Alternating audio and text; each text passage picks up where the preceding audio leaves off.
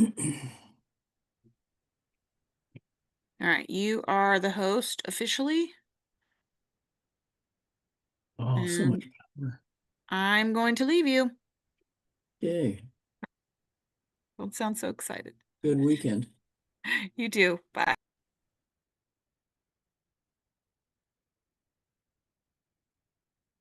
Well, good morning, good afternoon, wherever you are. Good evening. Good morning. Wow, good. Somebody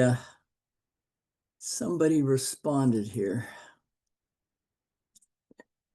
And that was you, Andres, I think. Yeah. Yeah, that was me. Get my computer organized here. And then we can start. So I know that, Dr. Mishlak is going to hopefully join us in a few minutes. She, I know, has a case. If she doesn't have a case, I can talk to you about the case we did on Wednesday. But I'm hoping that somebody else has a case or something to discuss. Hoping. I had a lily intoxication, but nothing that impressive. Did it get better? No, actually it didn't. It didn't get worse, but it didn't get better until it dies. Did it die? Yeah. But the thing is, it kept stable all the time. Creatinine stable, everything stable, but eventually he died. You dialyzed it? I tried, but he died before that. Yeah. I had everything prepared and just died while we were connecting and everything. Huh. And how uremic was the cat? 6 creatinine and 200 something BUN, and it kept that same value for almost 2 weeks. Yeah, that's interesting. The reason that I'm curious about this is because I think we don't have a good understanding of what the prognosis is for Lily. I mean, in the literature, it's mostly suggesting that, about only about 40% of these animals survive. I think my experience with it has been better than that. At least then, again, I didn't search our records. I'm just thinking anecdotally, but I always thought Lily was a better prognosis than that, but perhaps it's not.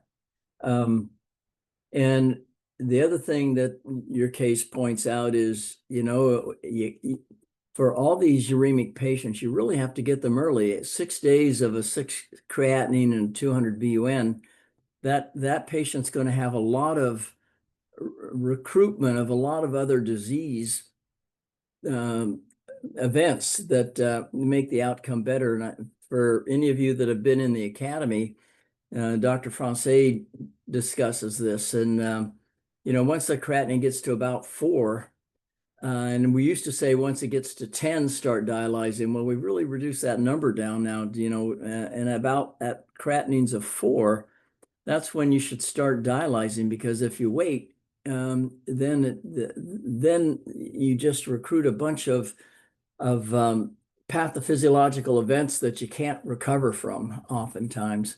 So that, and I don't know the circumstances of, the 6 days that the cat was uremic before you tried to dialyze it, but Yeah, that's the thing it's that a nice surprised me. example. It's not a nice example, but it is an example of you really you really struggle when the animal's been uremic that long, and we should intervene with dialysis at a much earlier time point. And maybe 4 might even be too late in some cases. Yeah, that's the thing that surprised me the most with this cat, because he was really well all this time. He was sitting by um, by himself. He was producing enough urine. He was a little bit hypertensive, but not too much. He had a severe anemia. he entered with, I remember, 12 hematocrit, something like that, 12%. And we kept transfusing him.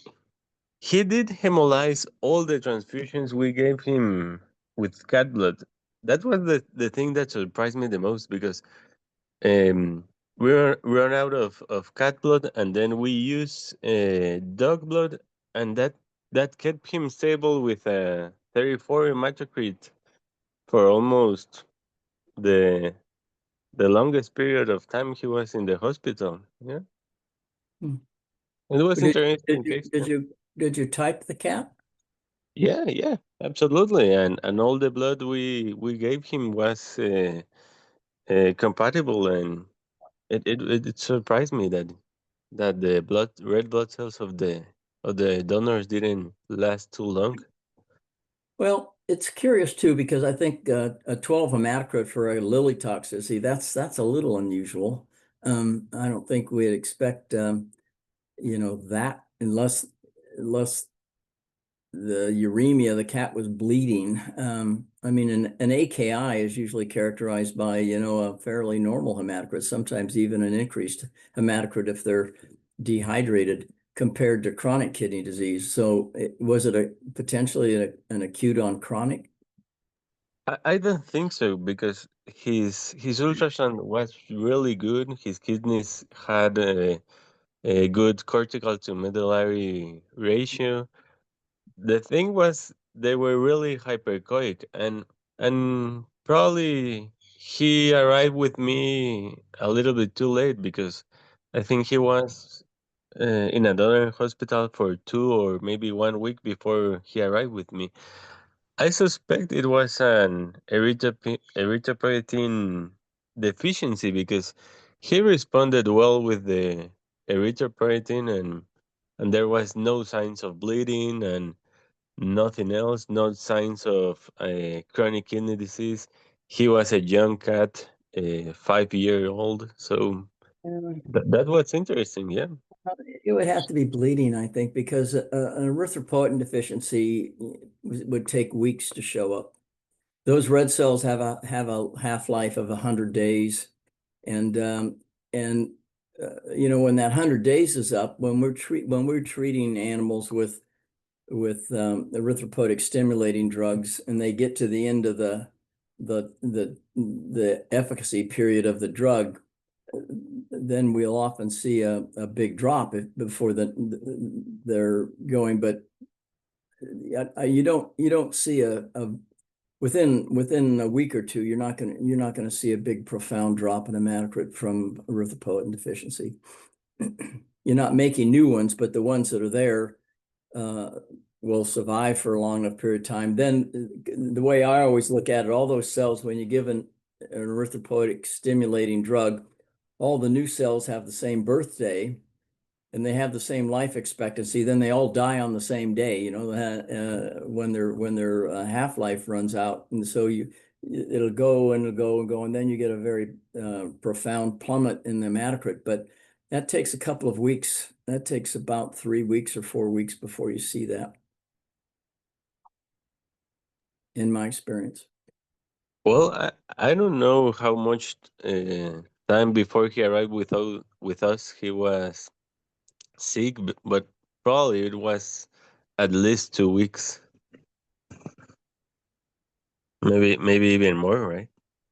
Yeah, well, that's 14 days. That's 2 weeks is 14 days, and those red cells are going to live long. They're not going to live a normal lifespan in a uremic environment, but they probably live a month, I would suspect, at a minimum. Even when we transfuse chronic kidney disease patients, those cells last a few weeks. Typically, they don't last normally, but I've done a lot of research with erythropoietin, and those cells last longer than a couple of weeks when the cells that get stimulated. So, do you think maybe it was bleeding before it arrived with us? Maybe. I think bleeding is probably the most likely cause for an hematocrit of 12 and an AKI. Would be my perception. Yeah, I agree with you. Thank you. Good morning, Jethro. Well, good morning. And we got Simona. I want to introduce Sarah Mishlak, who's a new extracorporeal nephrology urology resident at Davis, and she's going to be a star. You guys just watch her. She's going to be a star in nephrology urology. But we had a case together on Wednesday, a cell collection, and so I'll let Sarah go ahead and discuss that, and then if we have time for some other ones at the end, you guys can bring those up. And I Nice to meet you all. I have to give you permission to show your slides, probably. If you made some slides, I don't know if you did or not. Right. I don't have, but I can can you guys hear me okay? Yeah, great. And hi guys, it's Carrie too, Carrie Palm. I miss you. I can while you're doing that, I can pop a few pictures of her and stuff while you're talking, so I can show that. So you go for it. I've got some here too, if Okay, you need to illustrate something. That would be awesome. Okay. Yeah, I have them on my phone still. And we also did another ibuprofen tox that got intralipid, so we TPE'd her, so we have her too to talk about. We did her last night. You did TPE on an ibuprofen? Yeah, she got intralipid before she came in. But anyway, I will let Sarah take it away. All right, we can I'll talk about Jack. And just correct me, I have not been to one of these, so I'm not sure the exact, but I'll just present it like a normal case and then discuss our procedure. But Jack is a 7-year-old male castrated lab mix who was diagnosed with osteosarcoma of his right pelvic limb in early July, underwent a limb amputation in late July, which confirmed on histopathology that it was an osteosarcoma. And then his owners did a lot of kind of self-research, were really motivated, and decided to pursue the Elias cancer immunotherapy treatment, which involved first them removing or taking his tumor tissue, and then the company forms that into a vaccine, which he received, I think it's 3 doses intradermally over the period of a few weeks. And then he came to see us earlier this week for mononuclear cell collection. And then those lymphocytes that are collected, which we'll talk about the procedure in a second, but those the product that we collected were then shipped up back to the company, hopefully have arrived, and are going to be treated with a T cell stimulator or activator, and then he'll receive that product back as a transfusion, and then undergo 5 IL-2 injections, with the goal of kind of using his own tumor and then his own T cells as an immunotherapy treatment. So I think this is my first time being involved in one of these cases, and really honestly reading about it. I think a really, really cool modality. And then we got to be a part of the mononuclear cell collection. So let me just Jack came in, explain. Oh yeah. So the purpose of this therapy is you collect after the vaccination, you generate a series of antigen specific adoptive T cells, and these are T cells that have been programmed to recognize the very unique antigenic determinants on the surface of the cancer cells, which will be different than the receptors on the surface of normal osteocytes. And then those are the cells that we collect after the vaccination protocol, and then they're jazzed up to make antigen-specific adoptive killer T cells that get infused back into the patient, and then those cells can go out, try to find any residual cancer cells that may be roaming around, and attach to them and kill them off. Yeah, it's a really, really cool. So Jack luckily had been doing really well post amputation, and prior to seeing us, So we just, met him and did some pre-anesthetic, pre-procedure blood work, which looked really good. And we were pretty happy to see he had about 2,000 or so, or 1,500, I think, circulating lymphocytes. So more than our average. Many of our patients, that have stress leukograms, they're really low. So we were happy to see that to start with. So then we moved forward with his procedure, and the mononuclear cell collection we performed on our Optia.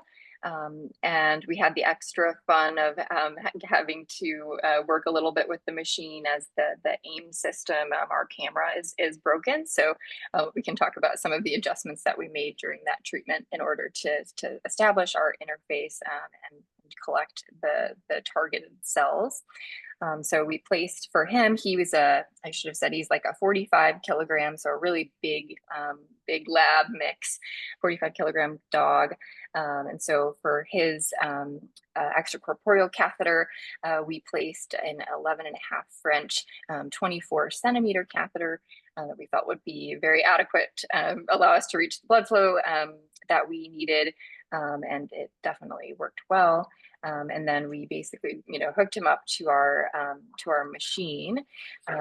So we got him on the Optia after priming, and then I'm sorry, I don't know exactly how much detail to go into, but his once he was bled onto the machine, his blood goes through, is taken off, goes through a series of pumps, which I do have some pictures of his actual setup. I don't know if we want to show that to go through kind of the parts of the saline and ACDA going in, but his blood is then moved through a series of tubing systems, including like a clot catcher, then down into the centrifuge, where it's separates out the red cells, and then kind of our buffy coat layer, which is going to be from our red cells going up to the plasma will be our red cells, then our granulocytes, monocytes, lymphocytes, platelets, and then plasma.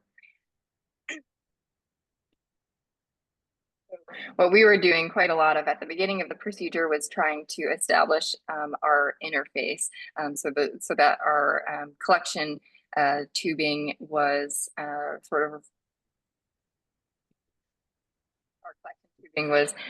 collector right at the buffy layer that we were trying to collect from, so that we were not just removing platelets or just removing plasma or red cells from him. And that took probably ultimately about maybe even up to an hour for us to we started how we entered his close to his actual packed cell volume to help try to establish the interface, but then we were finding that we were really going in both directions. For a little while we were just collecting red blood cells, and so with the camera being broken, which would normally allow us to use our AIM system to set our collection preference, so kind of how deep or how shallow we were collecting within this connector system that's viewed here, that was broken. So instead, what Dr. Cowgill had established with our team last time when they had a dog on the machine when the camera went out, was that we could sort of trick the machine into basically setting our collection preference by altering the input to our machine's hematocrit. So kind of regardless of what Jack was doing on the machine and where his PCV was holding, which it was holding right about 40%, we would make adjustments so that if we wanted to drive deeper into our red cell layer, so there was a time in the procedure for about 5 minutes or so, we were collecting just plasma, then we would reduce the hematocrit that was entered into the machine, which would then try to establish and collect deeper in towards the red blood cell layer, which obviously is not what we were going for, but just to move deeper, equivalent to setting a lower collection preference if we did have our AIM system. And then when at times, like at the beginning of the procedure, when we were just collecting mostly red cells, we would go into our system, into the Optia, change the hematocrit that we entered to a higher hematocrit, which would then sort of drive our collection towards the plasma. So that's pretty much were the adjustments that we made, mostly using the hematocrit input over and over for that 6 hour or so period to maintain our collection where we wanted it, with the added fun of Jack being a supremely anxious dog who would sometimes try to be jumping off the table and barking, and then get some sedation and then really settle, which was definitely, we were seeing in real time his hematocrit changing probably within him before our eyes, and adjust why we were having to make so many adjustments. Yeah, that's great. Maybe I can just, since I've got these pictures up here, I just grabbed, so this is the connector. This is where the cells, where everything happens here. This is the channel that is going to bring up the cells. And what you really have to try to fight with is to get, and those cells are going to be collected right at this little, kind of in this little plateau area right here. That's where this opening comes down to collect those cells. And the cell types that you want to collect, you kind of got to get into that range. And ordinarily, there's an adjustment on the machine that you can say, what we're trying to do is to establish the interface. And so the interface is this layer right here that's between the blood cells and the plasma. And you can see in this situation, almost all of this is plasma and platelets. And then there's a wispy little bit of blood down here at the bottom. So that's where the interface is really, really low. And all you're gonna pull off then are just platelets and plasma. And while we're established, and usually it's easier to do that, but when your machine is broken, then it's a little bit harder to make these adjustments. But during this phase, you can return all of this product back to the patient so that it doesn't go up into your collection bag and contaminate your bag. Then the opposite situation is this, where you can see the interface here is really, really high. That means you're going to be collecting fairly low. And what I might suggest, so you can see here's a plasma layer, and this plasma's got a lot of platelets in it. The buffy coat is the layer between here and here. And you can see this really dark area on the bottom are the red cells, but there are red cells distributed all through the buffy coat. And that's how you recognize where you are, is the color of the product that you generate. And when you get the interface just right, which is illustrated in this one, I'm sorry, not that one. In this one, you can see now we've got, and this kind of opacity that you see here, the platelets are kind of swirling in the plasma.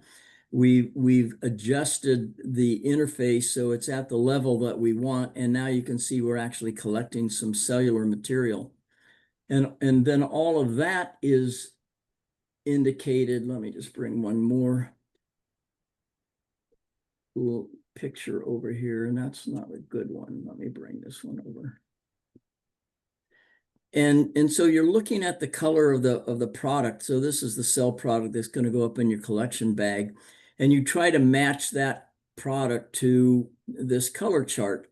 And the reason that there's color in here is because the white cells are contaminated to a varying extent, depending on how high or how low you are in the buffy coat, with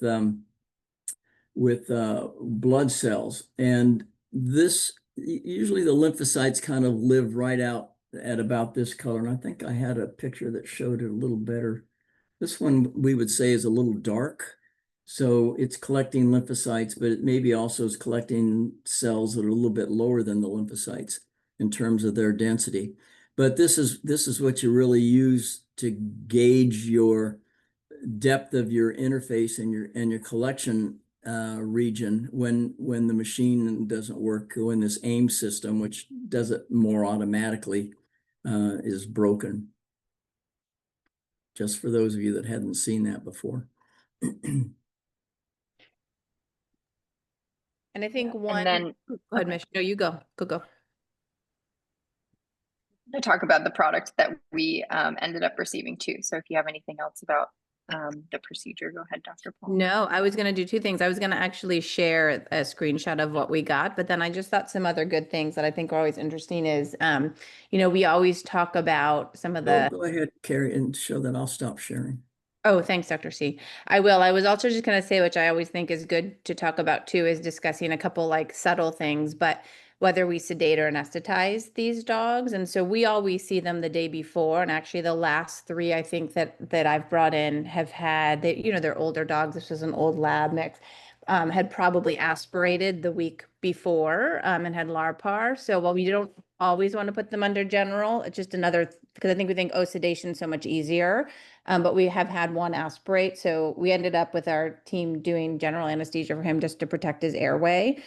And I think the other thing is, and it's funny, like, because this is the first time I've done it with the AIM being broken, and I'm not sure it was that much harder. I don't know, Dr. C can comment, than when we have the collection preference, because sometimes it's so hard to establish an interface. But one of the things I think that makes it harder is this dog was like, I think I have some videos we could play, like, yowling the whole time. And I think every time he got excited, he probably had splenic contraction and changed his hematocrit. So it added time to the treatment. So it's the idea of finding a really nice plane of sedation, but without over sedating, because if they vomit or have some reaction, they can vagal or aspirate. So, we definitely make it different for different dogs, but I think, including our dog last night, we had the plan that we gave him Torb at 0.1 mg per kg intervals, and then we're going to give him like a wisp of dexmedetomidine because we wanted him quiet, but not overly sedate.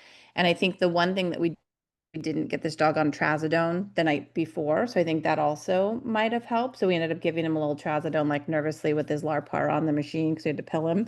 But anyway, I think that's actually an important thing that really affects this treatment. Took a long time because this dog was so wild. Yeah, and one of the things that just you hate when you're doing cell collections is to have the pump stop, because every time the pump stops, then you lose the interface, and it takes 5 or 6 minutes to get the interface back. And so if the catheter is a POC, as we say, piece of crap, then that makes a long day. And usually dogs that are really active and jumping and moving their heads and getting arterial low alarms that stop the pump, that can be very frustrating and probably worth some sedation in those cases. I mean, ordinarily on extracorporeal procedures, we don't sedate the animals, but in this particular scenario, you get a better product. Everybody goes home a little bit less fatigued, and you get it faster if you make sure that the animal's going to be cooperative with the last one we did. The dog just we didn't sedate or anything, put the catheter in, the dog just sat on the table and slept, and then you don't have any alarms, and you can just collect and collect and collect. But if they're moving around and the pump is stopping, then you're in for a bad day. Yeah. So the other patient, okay, I just wanted to add the other patient related consideration that I was warned about is this is my first treatment by like everyone on the team individually. And then now I will do that to anyone that I talk to because I saw it in real time, was that these patients, unlike our plasma exchange patients on the Optia, are receiving a really large volume of the citrate of ACDA. And so Jack ended up, because he had quite a long procedure, he got about a liter of that, and he was on the machine. I don't even know, maybe 6 hours or something. 6 hours, yeah, it was long.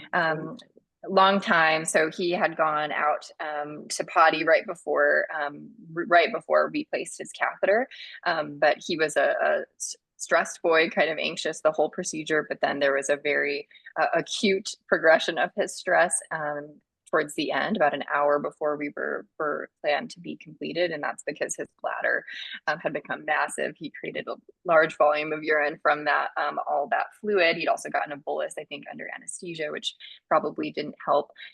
So just another thing, we hit him. He was very stubborn and refused to urinate on the table, and we worried about putting him down. So we did for him something that we don't do that often, and just place a quick like a Foley catheter just to drain his bladder a bit so he would be more comfortable.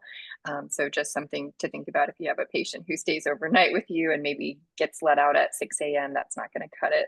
So I was even like, oh, I should have let him out right before, but I don't think there's anything we could have done differently, but definitely to be aware of. Yeah. And everyone walked in the room, and I think people told him about the urine 17, tell Sarah about the urine 17 times. So like, she knows. And we should comment others who do this too, because so this was my first time without the AIM. And I know we were talking about, this is what the Cope Spectra used to be like for collecting, that you just had to set the hematocrit. And I think we got a good product. So the main goal, and others who do this all the time, because we don't do it as often, is to get a lot of lymphocytes. And they apparently aren't too concerned with the purity of the product, because they can pull those lymphocytes out. So actually we looked back at a bunch of our other collections, and this is one of the highest lymphocyte counts we've gotten. And it's the first time in any of the ones I've done. We always get red cells and platelets, but it's actually the first time, I think, in all the ones that we've collected, I think like 50,000 was the highest white cell count we've gotten, because I think we're bouncing back and forth so much that we got red cells. And when we looked, most of our previous products had a hematocrit between like 2 and 6, I think, somewhere around there. And then platelets were between 2 and 22 million in the other products. But this was the only one that we were just in that white cell layer bouncing around. So I don't know if others can comment. I've never had, frankly, many neutrophils or EOS. So just the way this dog was going, we collected a lot of other white cells, because I think we were just sitting in that white cell layer kind of bouncing back and forth. And Sarah, I don't know if anyone's seen this. Maybe we'll go talk to ClinPath about what those reticulocytes are, if they did a path review, because I haven't done that. I can't think of why there'd be retics, because this is circulating and this dog wasn't regenerative or anemic. Yeah, but this was the product, and I don't know if anyone wants to comment who does a lot of these, but we were happy. And I've never seen so many newts or EOS. But it's just where we were sitting in the monolayer. Yeah, to get a really pure product, I mean, you have to have a very cooperative patient, and you need to just kind of get that interface established, and it just sits there. And occasionally that happens, but probably more commonly the interface bounces around a little bit, and it goes up and it goes down, and so the purity is not as perfect as you would like, where you'd like to collect just lymphocytes, but certainly a robust number of lymphocytes, about a 15 times enrichment of the lymphocyte count in this dog. Yeah. And I was going to say, and then, I always like to look, it's sort of like, I think back to when we get hemoabdomens and the student will come and say, oh, we collected with the resident, the sample looks really bloody. And a lot of times there's only 3% red cells. So this was higher red cells than we usually have. But I think when we calculated, we got 150 mils of product. So it was, Sarah, what did we say? It was like 25 mils of blood or something, of red cells, which isn't ideal, but this was like a almost 50 kilo dog. So not going to affect him. And his, obviously PCV was fine several hours after, and his CBC looked good. We rechecked his CBC, but yeah. I don't know if anyone has other comments or anything else. You said I'm not doing cell collection yet, a big yet. But is that 6 hours? Was that more of a result of him bouncing around, or is that typically, the timeline these guys take? I think it varies. I think most of ours have been closer to 3 to 4, so it was definitely longer. And part of it is, and again, Dr. C can comment, because I was not here when the camera went out at the last collection. So it's the first one I've done without. I think what happened was, to get the interface, to get a good interface, it took us probably like an hour and a half to really get a good interface. So I think that was the biggest part without the camera. So it definitely probably was, I think, about 2 hours longer than a lot. But we've had some with the collection preference working where it just bounces. They move, the catheter's not working, and then every time that happens, it disrupts the pressures, and then your interface gets goofed up, and you have to reestablish that interface to be able to collect. And we were talking the splenic contraction. We know that fluid shifts always happen in this guy's. We didn't have to bolus him or do anything, but I think It was longer than usual, but I think it can take a while when that interface is goofy with a bad catheter or something, or catheter is not working. Yeah, there are a couple of things that will, and I agree with what Dr. Palm said, but there are a couple of things that will dictate how long the procedure is. One is what your starting lymphocyte count. So if you start with a patient, which we very often do, that only has 600 lymphocytes, then it's very difficult to collect them, because and it depends on so the time that you're going to be on the machine is going to be dictated by the volume of the product that you want to collect, and we usually try to collect a minimum of 100 mils. But if you can only collect at half a mil a minute, you know, that's gonna affect how long it is. And we usually start collecting really slowly, because the other thing that you might recognize, you're collecting an individual layer in the buffy coat. So you got a buffy coat that maybe is this wide, and the lymphocytes are sitting in a tiny little layer right there, and you might collect them faster than they're building up. And so you're collecting, and all of a sudden the product is right where you want it to be, and you suck all those lymphocytes out of that layer, and then it drops down and starts collecting a deeper layer, so the product gets deeper. Then you have to send those cells back to the patient because they're not the cells you want in your collection bag, and then you have to wait for that lymphocyte layer to build up again. So one problem is the rate at which you can collect those cells. This dog had, he started with probably more than twice the lymphocyte count that we ordinarily encounter. Made it a little bit easier, and at the end we could actually collect pretty fast at about 0.8 mils per minute.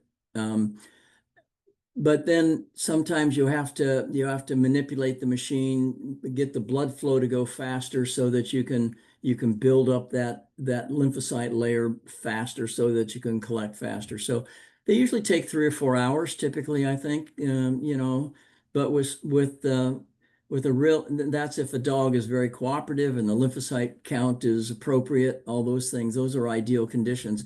But if you're getting stops and starts in the machine, and the interface keeps coming and going and coming and going, and you have to keep reestablishing that very transient, tiny little layer that you're trying to collect from, then it can be longer. Yep. Sorry, Jethro, did that answer your question? Yeah, no, that was perfect. Thank you. I was going to say one other thing that I haven't encountered actually as a learning point was because it was taking a long time. And you guys remind me, I think we started his inlet ratio at 8-1 because we didn't know how cloudy he was going to be. So of blood to citrate, we were at 8-1. And because it was taking a long time, and I just thought of, as I was sitting here, another way we could have faked the machine, we started to get a warning that the machine was going to end the treatment because we were at our limit of how much ACD it would let go back to the patient. And obviously we were giving calcium to him, actually not a huge rate, frankly, but calcium to him, calcium gluc. And I think we were at like 0.5 mil per minute per kg or 0.5 mil per hour per kg for a while. Anyway, so the machine though was like, we're not going to let you finish this treatment. So that points that probably was one of our longer. So what we did was we increase the cell collection rate. So the amount of cells that are going to the collection bag per time. And then because we had no clotting, we dropped his inlet ratio from 12-1. So he was getting less basically ACD back per time.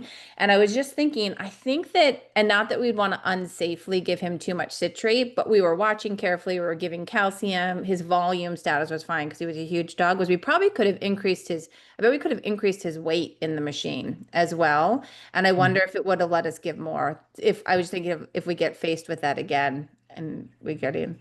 So yeah, because we were almost getting told we weren't going to finish the collection because it was not happy with the amount of ACD he'd gotten. The Optia machine for plasma exchange and for these collections, it has some thou shalt not exceed, and those are volumes. So it's not going to let you raise the blood volume either too high or too low. And I think a 25% increase in blood volume as the machine recognizes, and you've given enough, you tell the machine what the blood volume is, and then you've given more fluid, it knows how much fluid you've given during that treatment, and you get to 125% of blood volume, and it's going to say, I'm sorry, the treatment is over. And it does the same thing on the low end. If you're removing fluid, it will let you drop the blood volume about 15%. And those are hard stops. And once you hit that point, you're done. The machine's not going to let you do anything else. So we actually had this low AC ratio at the beginning. I thought I had a picture here. We had a little clot in the system, and I don't have a picture that shows that. But there was a little red clot. Sometimes you get white clots, and sometimes you get red clots. And there was a little one right in front of the. Well, I'll show this picture because it's close enough. Right. Well, I can't because I can't find the. Here, we'll share.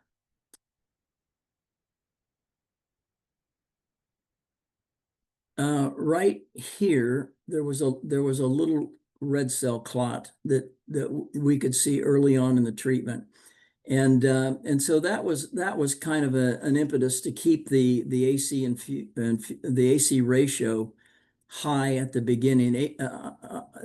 I mean the AC ratio low, and that means more citrate than blood. 8 mils of blood to 1 mil of citrate, as opposed to 12 mils of blood to 1 mil of citrate.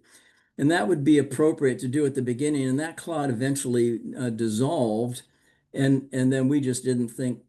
And so it was a learning curve for both Dr. Palm and me, because I hadn't experienced that before either, that we should have dropped the AC ratio earlier once that clot dissolved. If you have a clot right here, it's hard to collect because you'll get a wave over the clot, a wave of the cells over the clot, and then it makes it really hard to collect where you want to collect. Dr. C, will you leave that up for a second? Because I think another good learning point was that, so the packing factor for the cell collection is 4 to 5, 4.5, something like that. So the cells are way less compacted, where when we do TPE, which we do way more commonly, the machine is like rocking because the centrifuge is going so quickly, because the packing factor is like, I think yesterday it was only 25, but it goes up to 40, I think, right? Between 25 and 40.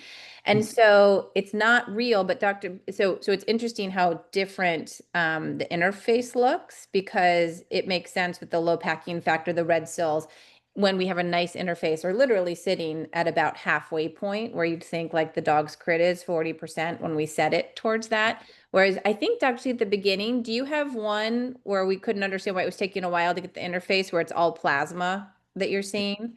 So when the yeah, and then this for like a TPE is what it looks like, because the packing factor, it's spinning so fast that all the cells are like jammed at the bottom.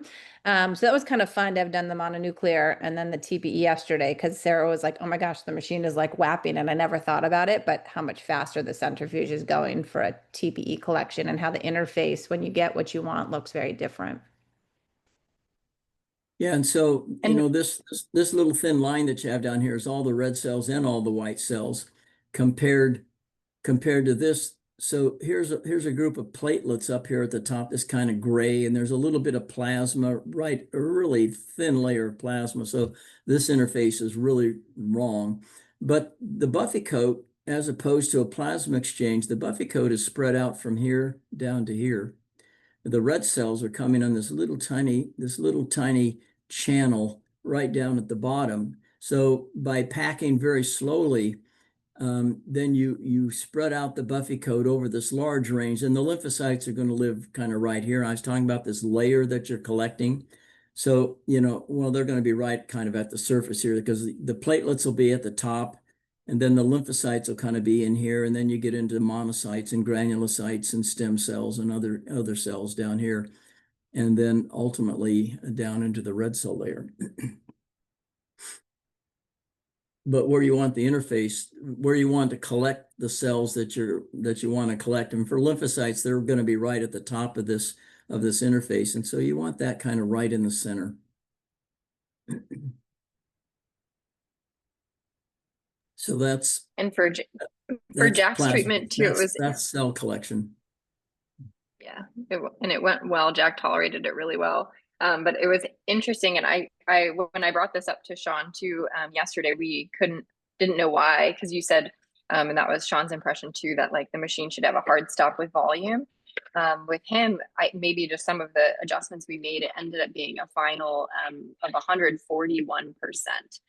So rather than the machine stopping us from doing that, it seems like we were able to override that somehow, which for him, I think a large dog, I think it was totally fine, but I thought I'm not sure how that. 147 was the cutoff sometimes. It's not always 25. I think we were getting a Oh, cutoff of okay. 147. I think that's It why. may depend Like, on whether it's plasma or because this one, it knows that it's mostly crystalloids that are going back to the Yeah. patient. And so it probably counts for plasma exchange where you're giving plasma. I think the cutoff is closer to 125%, and yeah. then That makes sense. about 85% for the change in blood volume. That because You the know what? machine Oh, the machine accounts for the citrate that's in the plasma product going back, or is there another reason? The machine knows this. The machine knows exactly how much volume is going in and exactly how much citrate, because you tell it what product you're on plasma exchange. You tell it what your replacement solution is. So when you're giving saline or you're giving saline or colloid, synthetic colloid, the machine will run at 146 mils a minute. I mean, it'll just scream because there's no citrate. The only citrate is what you use to anticoagulate the machine, and most of that goes up into the waste bag and doesn't go back. 80% of it goes to the waste bag, doesn't go back to the patient. But when you start plasma, which is 15% citrate, then the machine goes and goes, it'll drop down from 100 mils a minute down to 20 mils a minute because it knows the rate that it can safely deliver the citrate back to the patient. But it you have also, to in plasma exchange, you also have to set what the fluid balance is. And so the fluid balance is essentially the blood volume balance. And if you set that, you say you want a positive fluid balance, and you tell it that you're not going to do a rinse back where it's going to collect some cells. It knows exactly for the mil what the fluid balance is in the patient. And as it starts approaching the maximum, the machine will start to warn you that you're getting close, and then you have to make some adjustments. But those are hard stops on the machine is the fluid balance for the patient. And the other thing I'm curious whether have, so whenever we have like sick patients in, I like, and they're in hospital, I always like to have a central line that we put our calcium gluconate back in that's separate from the extracorporeal circuit. For these dogs that are coming in and don't have they usually just have a peripheral cath from their sedation plus their extracorporeal catheter. We run it on the venous side. So we put a 3-way stopcock, and that's where we run the calcium gluconate, which is totally safe. And honestly, it took me a while because I didn't like the idea that if the venous side wasn't working and we had to like flush the catheter in, then we'd have calcium gluconate and there would be flushing in. So there's some risk and we're careful with it. But I think that's another thing that I've finally gotten comfortable with is running the calcium through basically the extracorporeal catheter for 2 reasons. One is that means that your venous side or return in appropriate terms is not anticoagulated as well because it's gotten calcium back. Plus, like I said, if like your catheter is not working well and you have to stop treatment and unhook and flush, there's that volume of calcium gluconate dissolved in there. But for these treatments for the dogs that are like essentially outpatients, I never feel comfortable running the calcium gluconate for risk of tissue damage to a peripheral cath. And this machine's different than what you may have learned about doing plasma exchange on a Prismax or an Optia. When the blood pump stops, the citrate pump stops as well. Where on those other platforms, you're delivering your calcium stops as well. Where on the other no, that's not true. We run the calcium on a different pump system. So when the machine stops, then you probably do have to worry about, like on the Prismax or the Prismaflex, you have to worry about stopping your calcium infusion, which we're probably not as good at doing that as we should have been. Yeah. But the citrate does stop, as opposed to other machines where maybe the citrate continues to flow. Yeah. Or if you're faking out like another machine. Yeah. It's like, yeah. Well, So that's cytopheresis, fun and games, and I hope Sarah appreciate it. Generally, these are fun procedures. I mean, they're really cool, and they're just fun to do. Sometimes they're a little frustrating, but when you look at the what you've done at the end of the treatment, then it's really gratifying. Anything else? Any other questions or comments or other patients to talk about? That size catheter and that dog gets you all the flow you need for this procedure. I thought you could talk about a 14 French or something. That's my go. Well, you're not going to flow faster than 30 mils a minute on these procedures. So even on a huge dog, that catheter is plenty good enough. Sometimes on a big dog, we'll even put an 8 French in. The 8 French usually aren't long enough, so I think this was a better choice for this dog. But you're never going to flow faster than 20 or 30 mils a minute.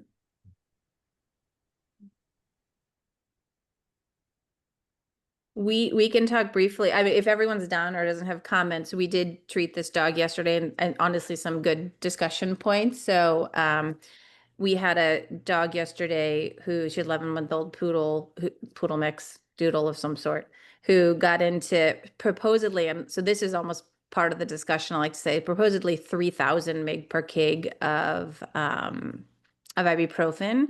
And her local vet was awesome. It happened sometime between 9:45 a.m. and 11 a.m. yesterday, and she was at the vet by 11:30. They decontaminated her with vomiting, gave her activated charcoal, and gave her intralipid like right then.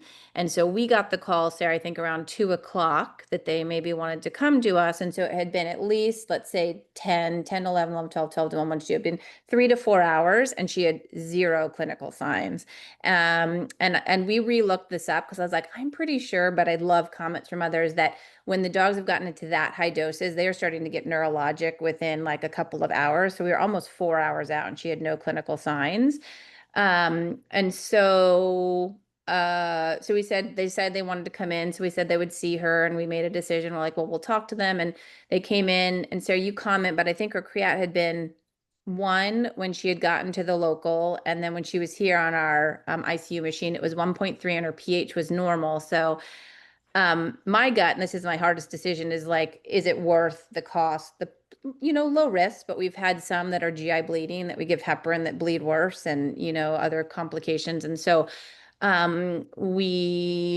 so she came in, her pH was totally normal, and long story, we talked to the owners, Dr. Michalak did, while I was running around, and they made the decision to want to treat. But one thing is like making the decisions in these dogs when we don't have, online or bedside measuring, because my gut is that they probably decontaminated her well, whether she got the dose they said they thought she got, that with a normal pH at that dose and 0 clinical signs, I'm hard pressed to think that she had really high levels. So I'm just curious if anyone has comments on that.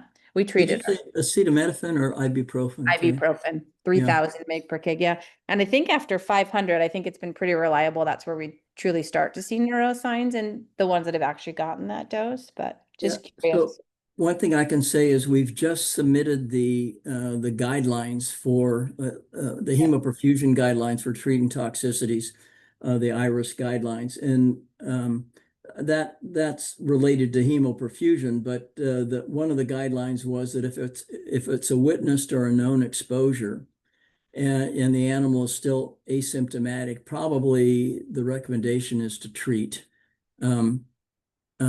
Because you may not get a second chance. If it's an unknown or unwitnessed exposure, and the patient comes in without clinical signs, then you might be recommended to just follow the patient for a little bit longer.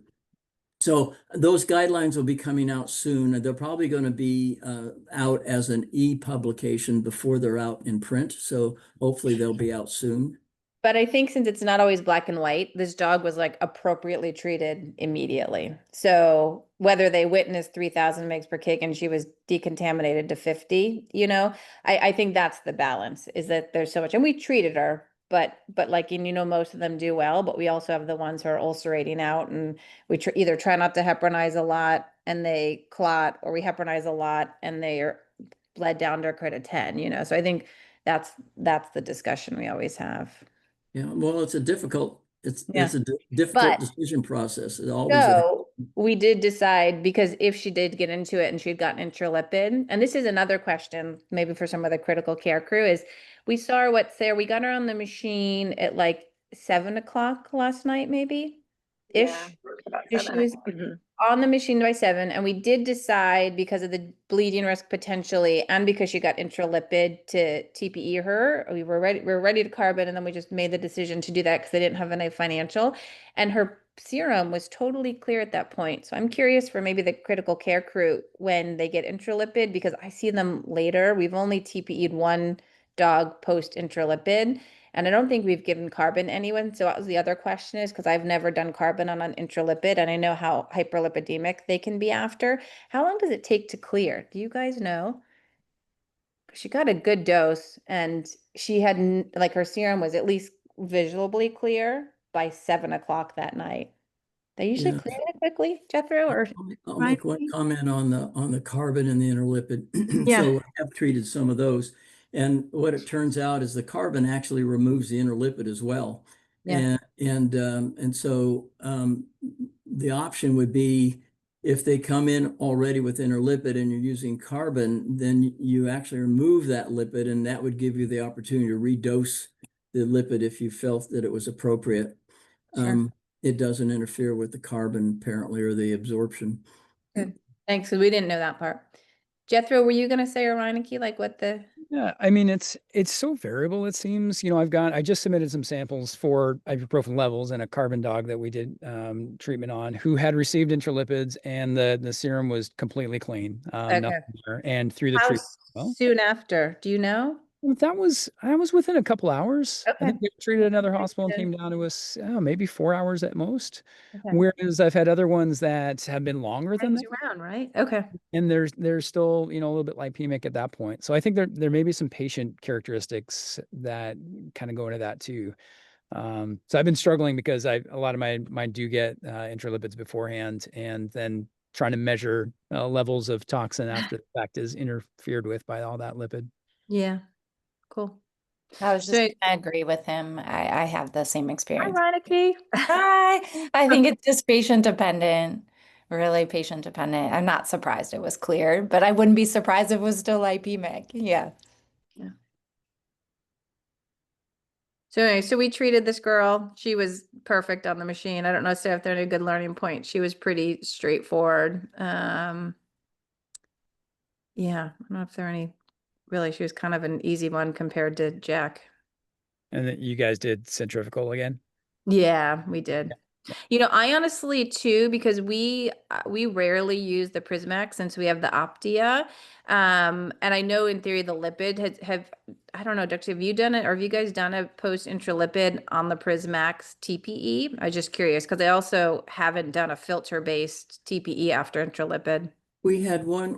We discussed this on one RRR maybe a year ago, and the person that had the dog had been given her lipid, and they got a TMP alarms. I mean, it just clogged the whole membrane. Okay. And I think others have done plasma exchange on dogs with interlipid and haven't seen that, but I think that would be A potential risk, right? that you would clog the membrane. So I don't know whether, apparently it does and it doesn't. So Okay. Thanks. I wasn't sure, so we didn't. Yeah. I don't think I would use a membrane do a membrane TP on a dog that that had lipid, because you just have the risk of clogging the whole circuit up. And this was a specific clogging, so the TMP went up, but the delta pressure didn't go up. So it wasn't a clotting situation. It was a clogging of the pores.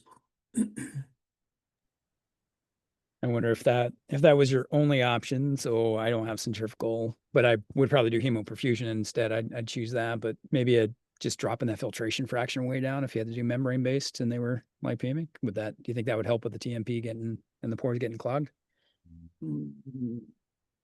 I mean, I'm not saying it's ideal by any means, but if that was my only option, maybe that would be something I might try. I don't know.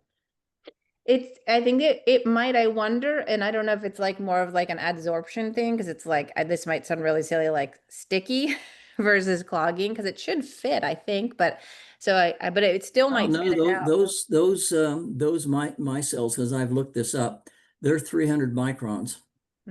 They're big, and so they're not going to fit in the pores. And I think changing the filtration fraction, you change filtration fraction to prevent clotting, not clogging. So you just got a big gooey substance that's going through those pores, and it's gonna plug up the pores, and that's what's going to change the transmembrane pressure. But the delta pressure would change if you're actually obstructing the tubular lumens.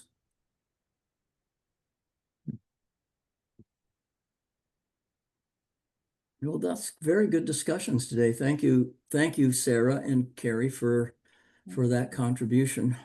It was fun. Thanks, Dr. C. Those contributions.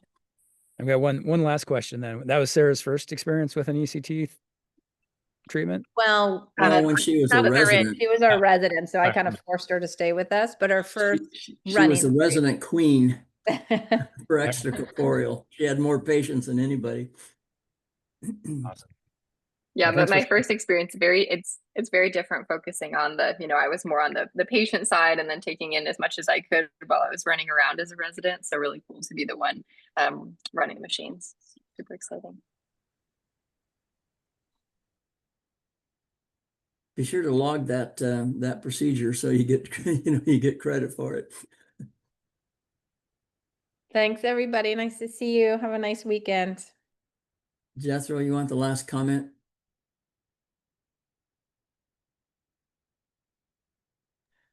I had my finger on the button to leave and it wouldn't let me unmute at the same time. There's my last comments. Yeah, have a great weekend, everybody. And thanks as always for helping us all learn and get better at this. Yeah. Good comment. See you next time. Bye, guys. Bye. Thank you.